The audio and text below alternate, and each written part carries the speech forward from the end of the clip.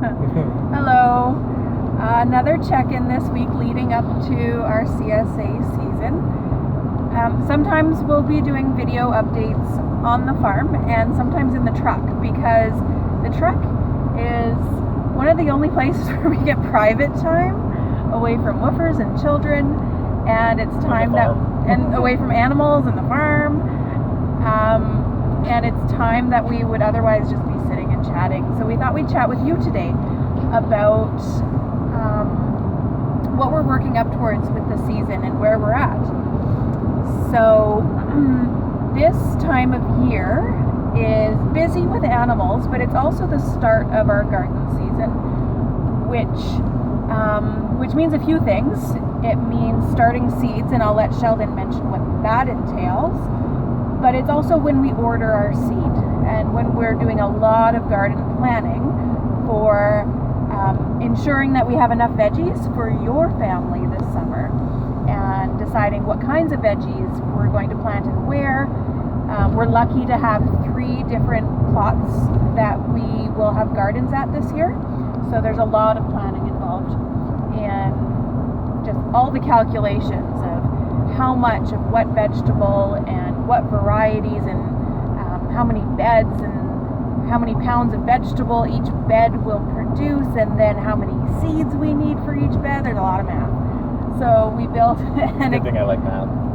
we built an Excel spreadsheet that manages a lot of that, and now we're getting all the information about the varieties that we're going to grow this year into that so that we can do our planning. However, it's really exciting right now for Sheldon, because this is the time that we start seeds, and he's got some exciting projects on the go that's going to make starting seeds this year just freaking fantastic. So I'll let him describe those. Just a second, I gotta turn that. We're driving and he's going to turn, Turns. so let's be safe and let him turn first, and then he can describe it.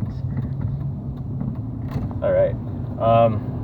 Guess what my projects are this year is to grow enough vegetables to feed 100 families, and that was our plan.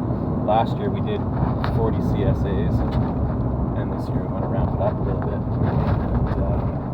And, so with my projects, I'm building a propagation table. It's a 4x8 table with a heat line to keep the soil at the recommended temperature for germination, so we get maximum germination,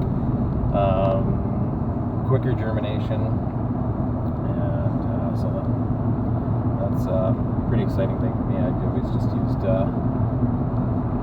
the heat of the house or top of the fridge or things like that. So and this will be enough to do 18 flats, so probably 1,800 plants. Well, plugs anyways, and then onions, well, there's like 500 seeds to a flat of onions for transplant, so That's a lot of onions.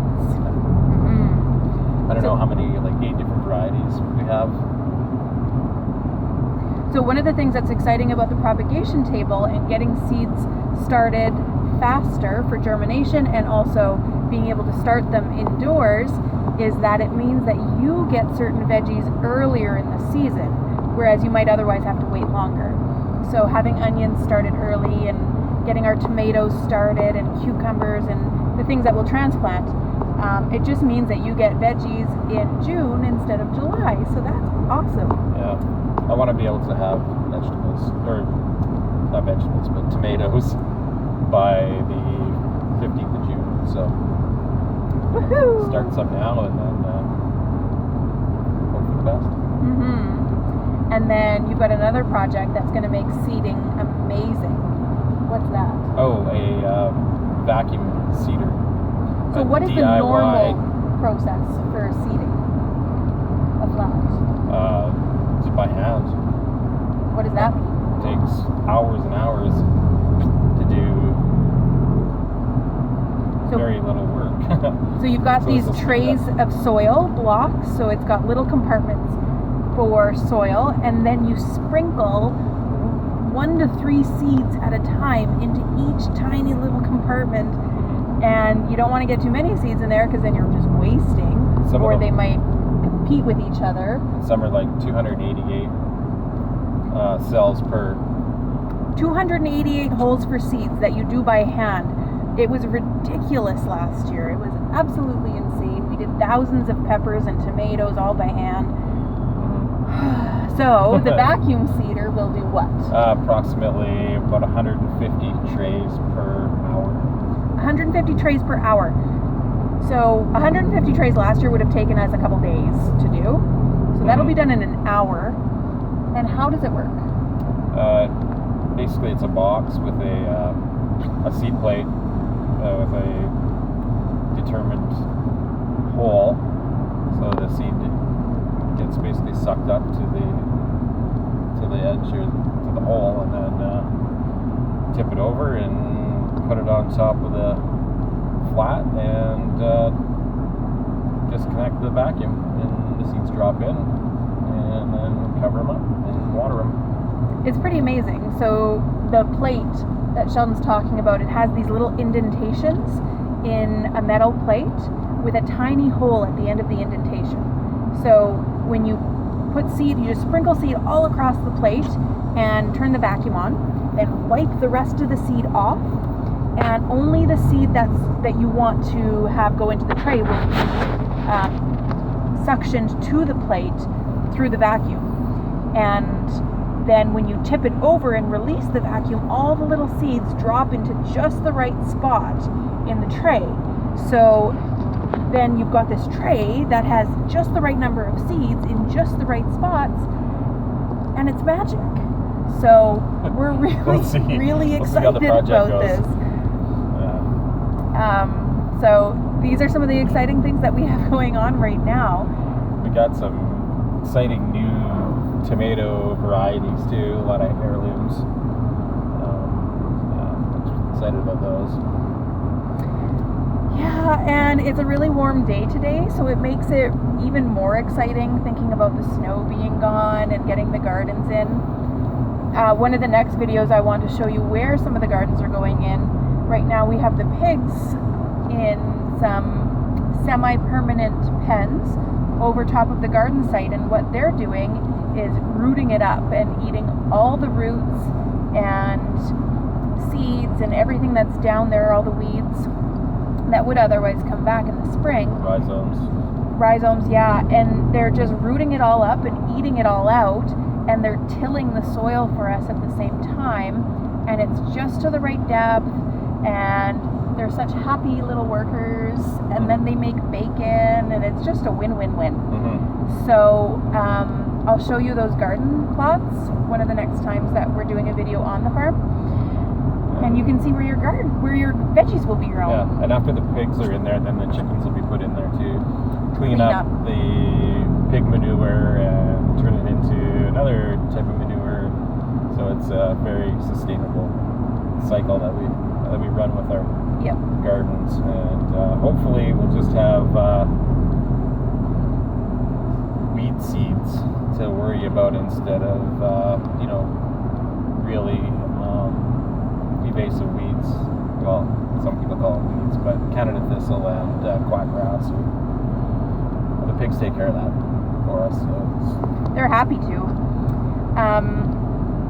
So a friend of ours who just got into farming,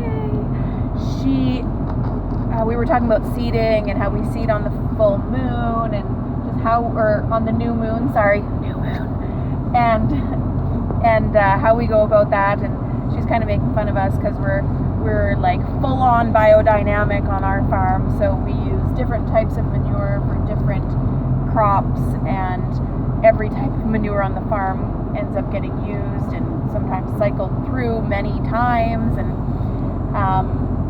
so it's really exciting to be doing rotational grazing and rotational management of the animals, and then biointensive gardening on top of it. Yeah. So we're excited about the season. We hope you are too. And that leads us up to, it's February, and February is CSA month, and coming up is going to be CSA Day, and we hope that you're as excited about ordering a share of veggies or a meat box or an egg share as we are.